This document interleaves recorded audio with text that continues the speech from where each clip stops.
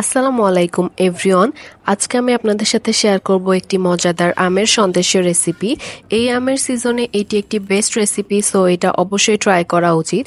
এই আম সন্দেশ বানানোর জন্য আমি ফার্স্টে 1 লিটার দুধকে বয়ল করে নিয়েছি এবং যখন এখানে বলক উঠে এসেছে তখন আমি ভিনেগার এবং পানির একটি মিক্সচার দিয়ে এখানে ছানা কেটে নিয়েছি এবং ছানাটা ভালোভাবে পরিষ্কার করে ধুয়ে আমি যখন এটা পানি ঝরে গিয়েছে সেটার সাথে একটা আমের পাল্পটা আমি ফার্স্টে বের করে নিয়েছি এবং ব্লেন্ডার জারে এই দুইটা একসাথে দিয়ে ভালোভাবে ব্লেন্ড করে নিয়েছি এবং যখন এটা ভালোভাবে ব্লেন্ড হয়ে গেছে তখন একটি প্যানের মধ্যে এই মিশ্রণটি দিয়ে সামান্য কনডেন্স মিল্ক দিয়েছি।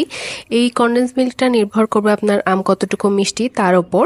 এরপর মিশ্রণটি প্যানে দিয়ে অনবরত নাড়তে হবে এবং নাড়তে নাড়তে এক পর্যায়ে দেখা যাবে এটা প্যানের গা থেকে ছেড়ে আসছে, তখন বুঝতে হবে এই আম সন্দেশটা রেডি এবং এরপরে নিজের পছন্দ মতো শেপ দিয়ে তৈরি করুন মজাদার এই আম সন্দেশ।